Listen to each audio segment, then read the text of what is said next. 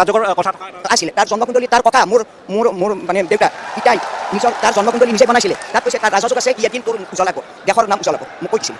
নমস্কাৰ সকলোকে।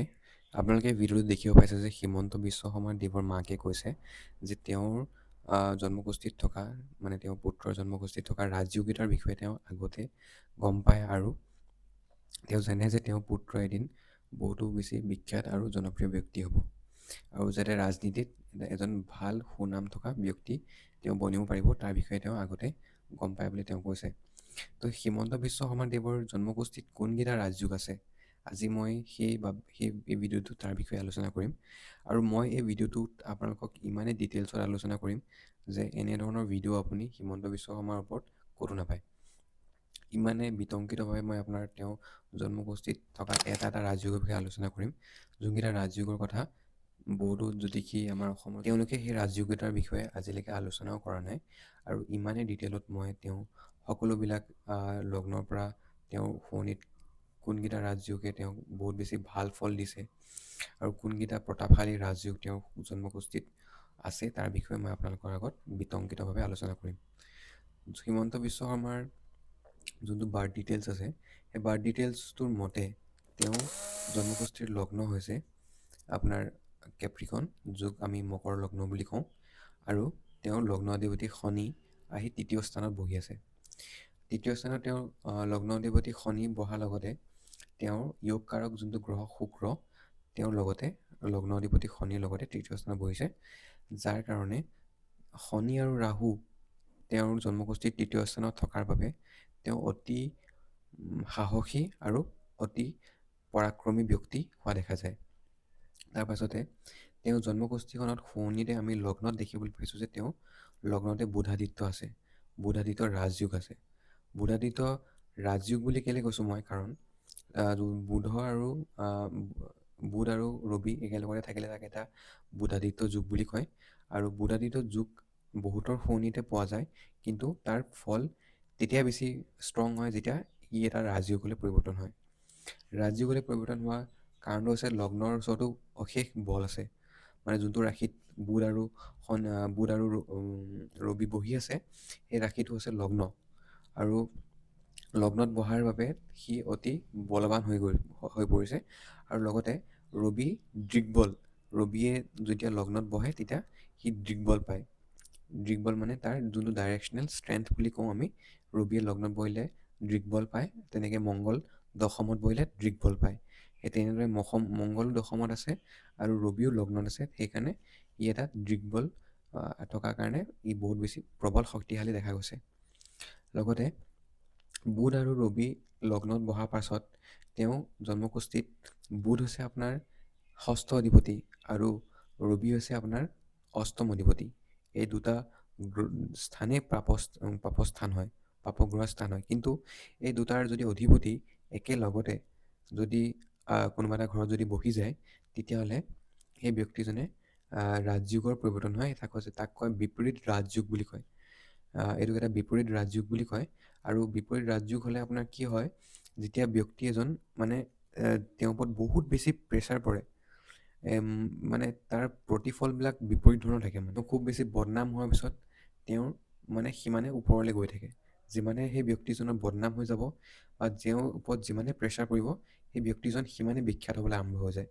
আৰু লগতে এই বিপৰীত ৰাজযোগটোৰ আৰু এটা ফল থাকে যে কোনোবা এজন ব্যক্তিৰ মানে জেগাত তেওঁৰ সেই জেগাটো এৰি থৈ যায়গৈ আৰু তাৰপিছত তেওঁ সেই জেগাটোৰ অধিকাৰী হৈ পৰে। কেতিয়াবা এনেকুৱা টাইপৰ হৈ থাকে যে কোনোবাই কিবা এটা পোষ্টত জব কৰি আছে তাৰপিছত তাৰ আগত এজন ব্যক্তিয়ে মানে ভাল পোষ্টত থকা ব্যক্তিজনে তাত চাকৰি কৰিছে তেওঁৰ ওপৰত।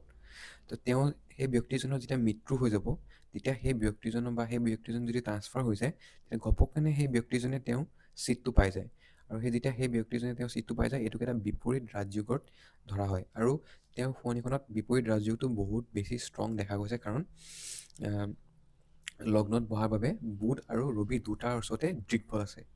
তাৰপিছত তেওঁ যোনটো য়োগকাৰক গ্ৰহ হৈছে শুক্ৰ, য়োগকাৰক গ্ৰহ শুক্ৰ হৈ পেলাই তেওঁ শনি দশম অধিপতি য়োগকাৰক গ্ৰহ শুক্ৰ হৈ পেলাই তেওঁ লগ্ন অধিপতি শনিৰ লগত তৃতীয় স্থানত বহি আছে আৰু শুক্ৰ উচ্চ হৈ আছে শনিখনত। শুক্ৰ মীন ৰাশিত শুক্ৰ উচ্চ হৈ যায় আৰু শুক্ৰ উচ্চ হৈ পেলাই তৃতীয় স্থানত বহি আছে শনিৰ লগত। সেইবাবে এইটো এটা আপোনাৰ ৰাজযোগ দিছে আৰু ৰাজযোগ বনাৰ পিছতে তাৰপিছত আৰু এটা কথা হৈছে যে তেওঁ শনি হৈছে আত্মকাৰক গ্ৰহ। আত্মকাৰক গ্ৰহ সেইটো হয় যোনটোৰ চবচে বেছি ডিগ্ৰীত বেছি ডিগ্ৰী থাকে আৰু ইয়াত শনিত তেওঁ জন্মকুষ্ঠিখনৰ মতে শনি আছে 26 ডিগ্ৰী 49 মিনিটৰ।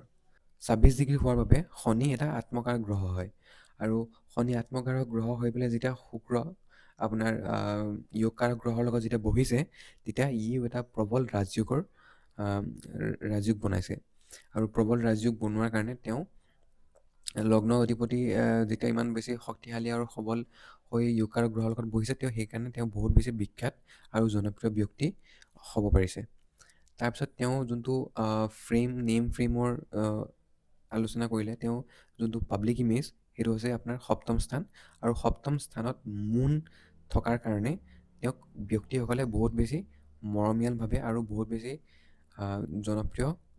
জনপ্ৰিয়তা অৰ্জন কৰিবলৈ লাভ কৰিছে। কাৰণ চন্দ্ৰ যেতিয়া সপ্তমত বহিছে লগতে চন্দ্ৰ অতিকৈ বলি হোৱাৰ কাৰণ হৈছে যে তেওঁ নিজৰ ৰাশিতে নিজে বহি আছে আৰু নিজৰ ৰাশিতে নিজে বহি থকাৰ কাৰণে তেওঁ বলি হোৱা দেখা গৈছে আৰু লগতে চন্দ্ৰৰ মুখামুখিকৈ বুধ বহিছে। চন্দ্ৰৰ সমসপ্ত হৈ যদি বুধ বহে বা চন্দ্ৰৰ লগত যদি বুধ বহে তেতিয়াতো লক্ষ্মী নাৰায়ণ ৰাজযোগ বুলি কোৱা হয়। কাৰণ লক্ষ্মী নাৰায়ণ ৰাজযোগ হ'লে তেওঁ ধন টকা পইচাৰ কেতিয়াও অভাৱ নাথাকে আৰু তেওঁ ধন টকা পইচাৰ মানে তেওঁৰ ওচৰত ধেৰ ধন টকা পইচা আহে। তো সেইটো এটা লক্ষ্মী নাৰায়ণ ৰাজযোগো তেওঁৰ জন্মকুষ্ঠিত আমি দেখিবলৈ পাইছোঁ আৰু লগতে সপ্তমত চন্দ্ৰ বলি হোৱাৰ কাৰণেও তেওঁ এটা পাব্লিক ইমেজত বহুত বেছি বিখ্যাত আৰু জনপ্ৰিয় ব্যক্তি হ'বলৈ সক্ষম হৈছে। তাৰপিছত তেওঁ আৰু এটা ৰাজযোগ আছে যোনটো আছে যে যদি শনি আৰু বৃহস্পতি সমসপ্ত হৈ বহে বা লগত বহে আৰু তেওঁ শনিকোণত মানে এইটো এটা ধৰ্ম কৰ্ম আধিপতি যোগ বুলি কয়। যেতিয়া শনি আৰু বৃহস্পতি যদি একেলগতে বহে বা শনি আৰু বৃহস্পতি মুখামুখিকৈ যদি বহে তেতিয়া সেই ব্যক্তিজন বহুত বেছি ধাৰ্মিক হয়। লগতে তেওঁ বৃহস্পতিৰ লগত কেতু বহাৰ কাৰণেও তেওঁ বহুত বেছি ধাৰ্মিক ব্যক্তি আৰু তেওঁ এজন বহুত বেছি ধৰ্মৰ প্ৰতি জ্ঞান ৰখা আস্থা ৰখা ব্যক্তি হৈ পৰিছে। আৰু লগতে যেতিয়া শনি তেওঁ মুখামুখিকৈ সমসপ্ত বহি আছে তেতিয়াও এজন ব্যক্তিক বহুত বেছি ধাৰ্মিক আৰু বহুত বেছি জ্ঞানী ব্যক্তিক পৰিৱৰ্তন কৰে। ইয়াৰ পিছতে মই এটা চবচে বেছি পাৱাৰফুল ৰাজযোগৰ বিষয়ে ক'ম তেওঁ শনিকোণত থকা সেইটো হৈছে যে লগ্ন আদি যোগ আৰু তেওঁ জন্মকুষ্ঠিত লগ্ন আদি যোগো আছে আৰু সূৰ্য আদি যোগো আছে। যেতিয়া তিনিটা শুভগ্ৰহে লগ্নত দৃষ্টিভূত কৰে বা লগ্নক লগত মানে ৰিলেশ্যন বনায় তেতিয়া এইটো লগ্ন আদি যোগ বুলি কয়। তেওঁ জন্মকুষ্ঠিত আমি দেখিবলৈ পাইছোঁ যে তেওঁ বৃহস্পতিয়ে লগ্নক পঞ্চম দৃষ্টি দিছে। তাৰপিছত বুধ এটা শুভগ্ৰহ লগ্নত আছে আৰু লগতে চন্দ্ৰ সপ্তমত বহি লগ্নক চাই আছে। সেইকাৰণে তেওঁৰ জন্মকুষ্ঠিত এটা লগ্ন আদি যোগৰ ফৰ্মেশ্যন হৈছে আৰু লগ্ন আদি যোগে এজন ব্যক্তিক বহুত বেছি জনপ্ৰিয় আৰু বহুত শক্তিশালী আৰু সবল ব্যক্তি বনায়। কিন্তু তেওঁৰ লগ্ন আদি যোগৰ লগত তেওঁ জন্মকুষ্ঠিত সূৰ্য আদি যোগো আছে। কাৰণ সূৰ্যকো বৃহস্পতিয়ে চাই আছে লগতে সূৰ্যৰ লগত বুধ আছে আৰু শুভগ্ৰহ চন্দ্ৰই সূৰ্যক দৃষ্টিভূত কৰিছে। সেইবাবে তেওঁ জন্মকুষ্ঠিত লগ্ন আদি যোগ আৰু সূৰ্য আদি যোগ হোৱা দেখা গৈছে আৰু সেইবাবে তেওঁ বহুত বেছি জনপ্ৰিয় আৰু বহুতো বেছি শক্তিশালী আৰু সূৰ্য আদি যোগ থাকিলে মানুহজন আত্মাৰ পৰা শক্তি থাকে তেওঁৰ যোনটো মনৰ স্থিতিৰ শক্তি চন্দ্ৰই দেখায় কিন্তু যদি আত্মীয় বলটো থাকে তেতিয়াহ'লে সেই বলটো চাবলৈ হ'লে আমি সূৰ্যটো কিমান ষ্ট্ৰং জন্মকুষ্ঠিখনত সেইটো চাব লাগিব। তো তেওঁৰ জন্মকুষ্ঠিত এটা সূৰ্য আদি যোগো আমি দেখিবলৈ পাইছোঁ। তেওঁ যোনটো দশম অধিপতি শুক্ৰ আৰু দশম অধিপতিৰ লগতে য়োগকাৰক গ্ৰহ শুক্ৰ তৃতীয় স্থানত বহি আছে আৰু লগতে লগ্ন অধিপতি শনি তৃতীয় স্থানত বহি আছে। সেইটোতো এনেও ষ্ট্ৰং হয়েই কাৰণ শুক্ৰ উচ্চ হৈ পেলাই তৃতীয় স্থানত বহি আছে লগতে শনিও শুক্ৰৰ লগত তৃতীয় স্থানত বহি আছে। কিন্তু আৰু এটা তেওঁৰ চবচে পজিটিভ হৈছে যে তেওঁৰ যোনটো সেই তৃতীয় স্থানৰ অধিপতি যোনটো গ্ৰহ বৃহস্পতিয়ে নিজৰ ৰাশিক নিজে চাই আছে। যোনটো সপ্তম দৃষ্টি বৃহস্পতিৰ শুক্ৰ আৰু শনিৰ ওপৰত পৰিছে আৰু সেই ঘৰটোক বহুত বেছি ষ্ট্ৰং কৰিছে। তো সেইকাৰণে তেওঁ সেই দুটা গ্ৰহই ভাল ৰিজাল্ট দিবলৈ পাৰ্গত আৰু তেওঁ সেই গ্ৰহকেইটাই বহুত বেছি পজিটিভ ৰিজাল্ট দিয়া দেখা গৈছে। তাত যিহেতু ৰাহু আছে, কিন্তু ৰাহু এই শনিখনত নিগেটিভ ৰিজাল্ট দিব নোৱাৰে। নিগেটিভ ৰিজাল্ট দিব নোৱাৰা কাৰণটো হৈছে যে বৃহস্পতিৰ পৰা দৃষ্টিভূত হৈছে আৰু শুক্ৰৰ লগত বহি আছে য়োগকাৰক গ্ৰহ, আৰু ৰাহুৱে সদায় তৃতীয় স্থানত থাকিলে ভাল পজিটিভ ৰিজাল্ট দিয়া দেখা যায়, আৰু তেওঁৰ লগ্ন অধিপতি শনিৰ লগত তৃতীয় স্থানত বহি আছে। আমি কোনটো গ্ৰহ শুভ অশুভ সেইটো কেটেগৰীত আমি যিহেতু ৰাখোঁ, কিন্তু এই জন্মকুষ্ঠিত যেতিয়া শনিয়ে লগ্ন অধিপতি হ'ল, লগ্ন অধিপতি শনি হোৱাৰ বাবে ৰাহু হৈছে শনিৰ মিত্ৰ গ্ৰহ, আৰু মিত্ৰ গ্ৰহ হোৱাৰ কাৰণে ৰাহুৱে পৰাপক্ষত কেতিয়াও সেই শনিখনত নিগেটিভ ৰিজাল্টছ আমি দিয়া নেদেখোঁ, আৰু তেওঁ নিগেটিভ ৰিজাল্ট নিদিয়ে, আৰু লগতে তেওঁ ইমান প্ৰবল শক্তিশালী হোৱাৰ কাৰণে তেওঁক বহুতো জনপ্ৰিয়তা, আৰু লগতে তেওঁ যোনটো পৰাক্ৰম বহুত বেছি পৰিমাণে আছে। তেওঁ কাৰোলৈ ভয় নকৰে, আৰু তেওঁ কাৰোৰ আগতে হাৰ মানিব নিবিচাৰে। সেইটো আমি দেখিবলৈ পাওঁ, কাৰণ তৃতীয় স্থানটো আমাক পৰাক্ৰম, আমাৰ সাহস আৰু আমাৰ দৃঢ় বিশ্বাস আৰু দৃঢ় শক্তিক ইণ্ডিকেট কৰে। তো সেইকাৰণে তেওঁৰ সেই গোটেইকেইটা পজিটিভ ইম্পেক্ট আমি লাইফত আমি দেখিবলৈ পাইছোঁ। শনি আৰু শুক্ৰৰ যোনটো কম্বিনেশ্যন আছে, সেই কম্বিনেশ্যনটো ৰাজ সম্ভাষণ য়োগ বুলিও কোৱা হয়। কাৰণ আপোনাৰ দশম অধিপতি শুক্ৰ, সি আত্মাকাৰক শনিৰ লগত যিহেতু বহি আছে, এই যেতিয়া দশম অধিপতি গ্ৰহটো আত্মাকাৰক গ্ৰহৰ লগত যেতিয়া বহে, তেতিয়া এইটো ৰাজ সম্ভাষণ য়োগ বুলি কোৱা হয়। আৰু এই য়োগৰ বৰ্ণনা আমাৰ বৈদিক জ্যোতিষক এইধৰণে কৈছে যে সেই ব্যক্তিজনক ৰজাৰ খুব প্ৰিয় হয়, আৰু ৰজা খুব প্ৰিয় হয়, আৰু লগতে ৰাজ সন্মান প্ৰাপ্তি কৰে। কিন্তু তেওঁ শনিখনত এই য়োগটো ইমানেই ষ্ট্ৰং যে তেওঁ নিজে এজন বিখ্যাত মন্ত্ৰী হ'বলৈ সক্ষম হৈ পৰিছে।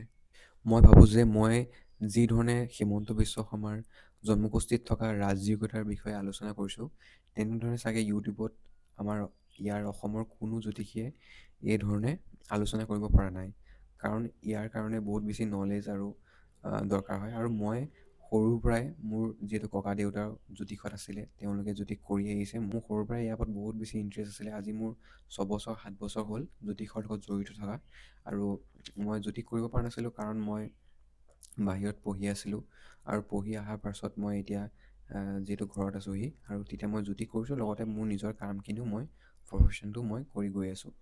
আৰু এটা কথা হৈছে যে জ্যোতিষ এনেকুৱা নহয় যে কোনোবাই নিজৰ নামত এষ্ট্ৰলজি লিখি দিলে বা বায়ত কিবা লিখি দিলে আপোনালোকে তেওঁৰ লগত জ্যোতিষত তেওঁ জানিব পাৰে, সেইটো কোনো কথা নাই। তেওঁ জ্যোতিষ সঁচাকৈ জানে নে নাজানে, তেওঁ এটা লিনেজে ক'ব, তেওঁ কি হেৰিয়ত চলি আহিছে, মেক্সিমাম তেওঁ কোনোবা বংশগতভাৱে তেওঁ জ্যোতিষ কৰিছে নেকি, সেইটো এটা বহুত বেছি ইম্পৰ্টেণ্ট পইণ্ট হৈছে। সেইকাৰণে আপোনালোকে সেই ব্যক্তিৰ ওচৰতে যাব যোনজন ব্যক্তি সঁচাকৈ জ্যোতিষৰ জ্ঞান ৰাখে।